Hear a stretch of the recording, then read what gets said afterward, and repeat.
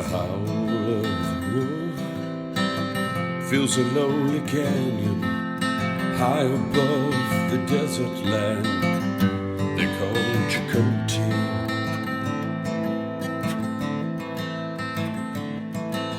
The flint strikes the steel, a cloud conceals the final stand, and the noble fall of the great will be. Stay safe, stay warm, and you stay free with Chacote outdoor recreation.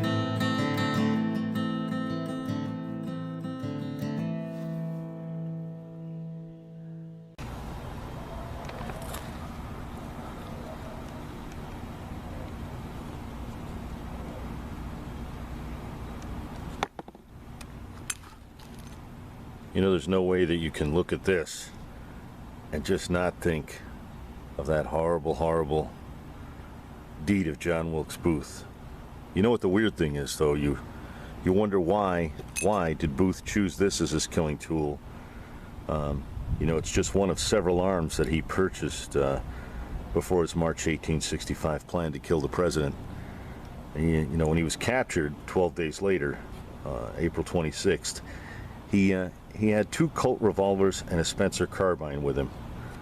Well, I think I know why he chose this weapon, and we're going to delve into that. I'm going to show you some pictures of the seating arrangement and various different things, and I want you to burn that seating arrangement into your mind, really think about it. And then I'm going to talk to you about somebody else who was there. And at the end of the video, I want to introduce you to somebody that was there as a 5-year-old and how it impacted their life forever. So stick with me, it's going to get pretty interesting.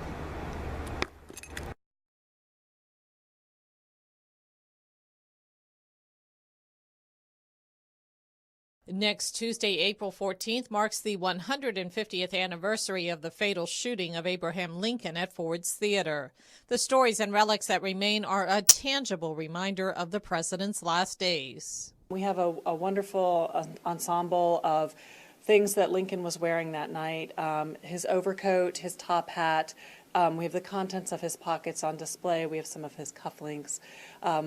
We also have Mary Lincoln's cape that she wore to the theater that night, and both of that cape and the coat are in very close proximity, so these artifacts are brought back together for the first time in 100. The small exhibit houses memorabilia from that fateful time period, including Lincoln's top hat, which he last donned on the night of his assassination.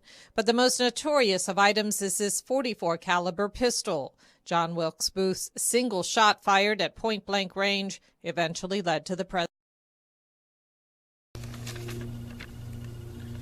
So John Wilkes Booth, he was a Nancy boy. He was somewhat of a marionette. Even back then, being an actor, you know, was not considered an honorable profession. Somehow this guy, he never enlisted in the Confederate Army, and he avoided the Union draft for all 4 years of the war. And at the last moment of the war, this guy decides he's going to be a big shot. And so what does he do? Thinking like an actor, he sets the stage. A lot of people say, well, he chose the Philadelphia Derringer because, well, it was small, it was compact, it was concealable. That's not why he did it. I think he did it, and this is my theory, because it simply said the word Philadelphia on the side. Philadelphia Derringer. He wanted that, like a stage prop. What makes me think this? If you look at his knife, the knife he selected, it's a double-edged knife. I'll show a picture of it. It was etched with a lot of patriotic symbolism, you know, liberty or death, and a lot of that. And I think that what he was doing was he was setting a stage. He was still thinking like an actor, not an assassin. His plan was to come up those steps, open the door, shoot Lincoln in the head, drop the weapon, and never be caught.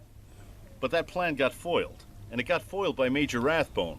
Major Rathbone was sitting there with his stepsister, who was his fiancée at the time. This gets weird. He had been a captain, and he fought at Antietam and Fredericksburg. So this guy had seen combat, and he wasn't even supposed to be there that night. General Grant had been invited, several other people, but Clara Harris, his fiancée, was a friend of Mary Todd Lincoln, and then he made the invitation list. They just happened to be in the box that night during the play. There's a portion of the play where everybody laughs, and John Wilkes Booth would have known that, and that's when he burst in the door and took the shot as the laughter was going, to kind of cover up the shot. And his plan was to just back out the door, go down the steps, get in the alley, and get the hell out of there. But Major Rathbone stepped up, and he wrestled with him. He fought this guy like a lunatic, and John Wilkes Booth ended up stabbing him in the left arm, cutting him up pretty good, to the point that he almost died of blood loss. And many years later, what happened was,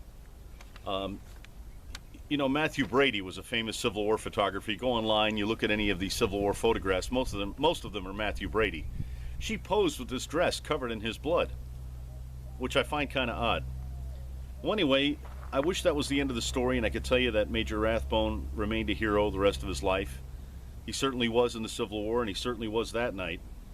But he ended up going crazy. In about 1870, they moved to Germany. The whole family moved to Germany to just kind of get away. He was suffering mental illness, and they thought that the move to Germany would help. Well, 2 days before Christmas, in 1883, he gets up in the middle of the night with a pistol and a knife, and he's going into the kids' room. Well, Clara Harris stops him. She ends up getting stabbed and shot and dying, and he goes even more crazy. He stabs himself in the chest 5 times. Now, he was never tried for that crime. He ended up in a mental asylum. Well, remember the dress Clara Harris had the picture taken of? Well, she had put that in the back of a closet and then had a special room built into the house where it was sealed behind a wall. So many, many years later, in 1910, the son, Henry Riggs Rathbone, he breaks down this wall. He breaks down this brick wall, gets the dress out, and sets it on fire, hoping to break the family curse. And I hope he did. I hope he can remember his dad as the guy who fought at Fredericksburg and Antietam and almost saved the president that night. At least stopped him from getting away. I think had Major Rathbone not been there that night, we might not know who killed Lincoln. Because I don't think this Nancy boy would have decided to jump 12 feet off a stage, 12 feet onto the stage. That's just not in his character. This guy was a marionette. He was a Nancy boy. And I think that's what that fighting with Rathbone, that tenacious fighting that he did that night in the booth, in the observation deck there, I think that's what made John Wilkes Booth jump down that 12 feet. Had that not happened, he probably would have gotten away, and we wouldn't know who was it shot Lincoln. But that's why I think that Booth chose that Philadelphia Derringer, because it simply said the word Philadelphia.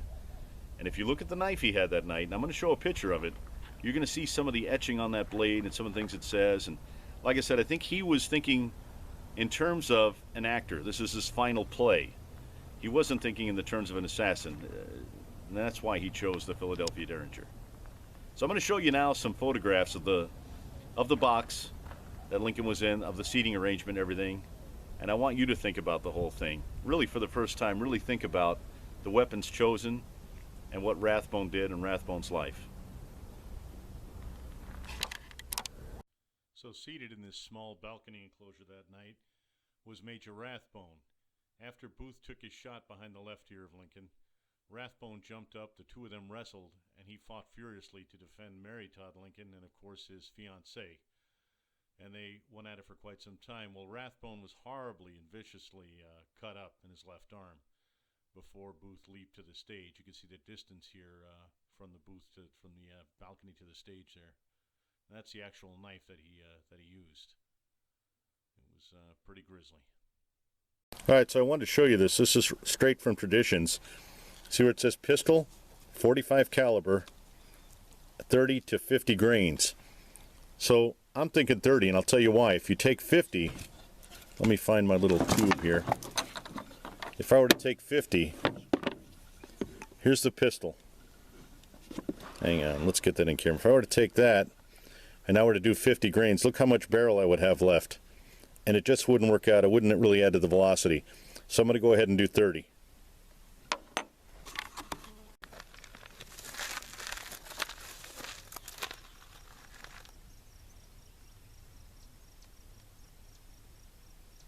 At 21 inches.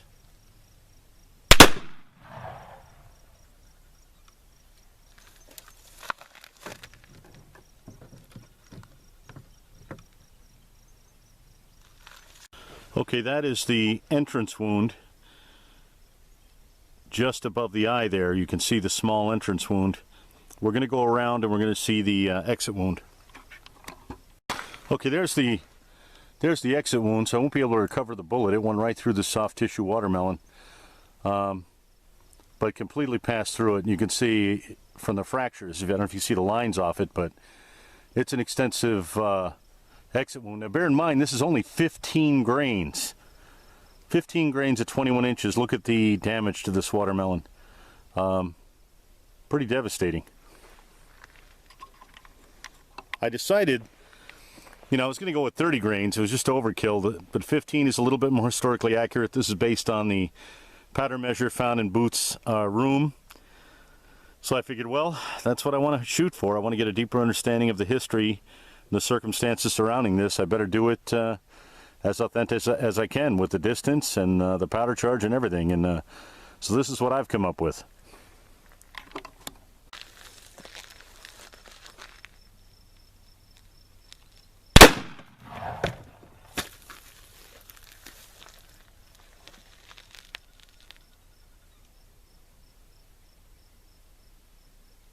So anyway, that's kind of weird. Little 15 extra grains could do all that. Wasn't expecting that. Was not expecting that. From 15 to 30 grains. That's kind of weird, man. That really was, what an impact, what a change. Wow. Well, I got some watermelon to eat.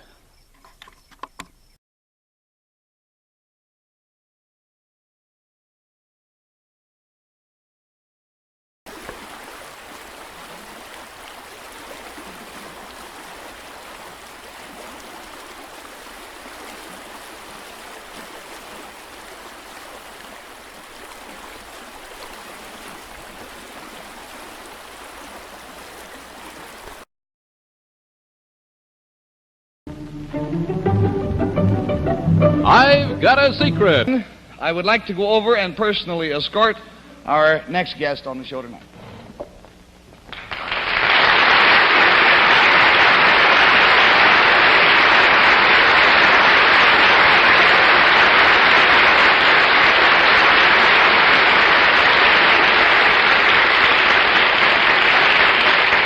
There you go. Now then, sir. Will you tell our panel, please? Let's get in a little closer. Do you mind if I pull you in, sir? There we go.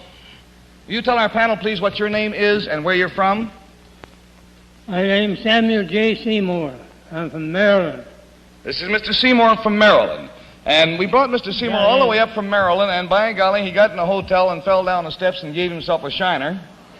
And we urged him not to come on the show tonight, as a matter of fact, and finally got in touch with his doctor, and the doctor said it was up to Mr. Seymour. Mr. Seymour said he wouldn't miss it. So here he is. And feeling apparently pretty well.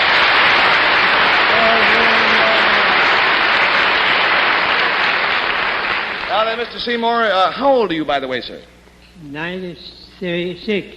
96 years old. Now, sir, if you'll whisper your secret to me, I'm sure the folks at home would like to know what it is.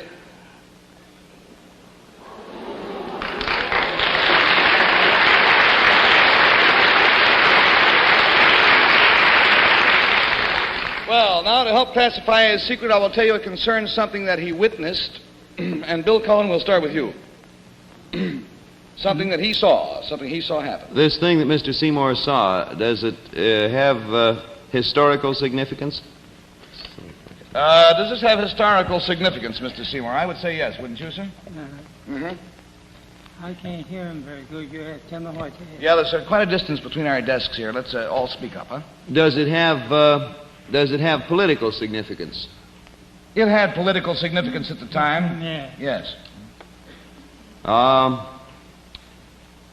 if you're 96, that would make Mr. Seymour born in 1860. Henry is such a mathematician. Yeah, he's been writing over there all the time. This thing, did it have anything to do with the Civil War, Mr. Seymour?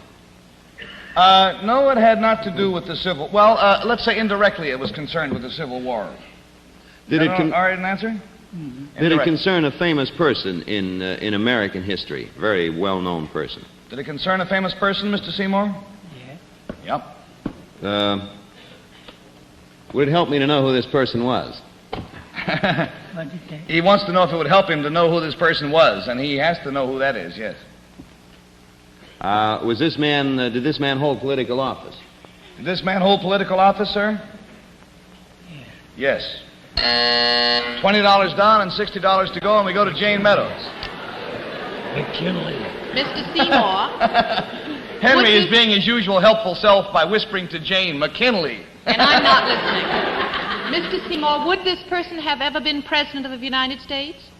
Was he ever president, this man? Oh, I think he was once.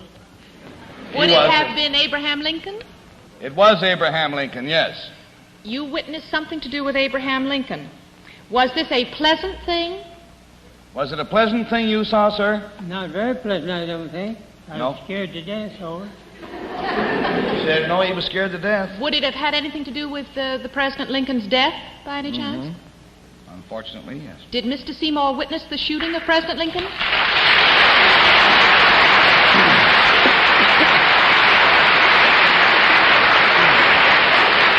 We found out about Mr. Seymour through a recent article in the American Weekly, and it said, I saw Lincoln shot. And this article is by Samuel J. Seymour, and it goes on to say that Mr. Seymour was 5 years old at the time. He had been taken to Ford's Theater by some good friends, and the curious thing was that when he was this youth, 5 years of age, when he saw Booth jump from the box to the stage, at which time he broke his leg, his only concern was not for the president, because he didn't realize that the president had been shot, but the poor man who fell out of the balcony.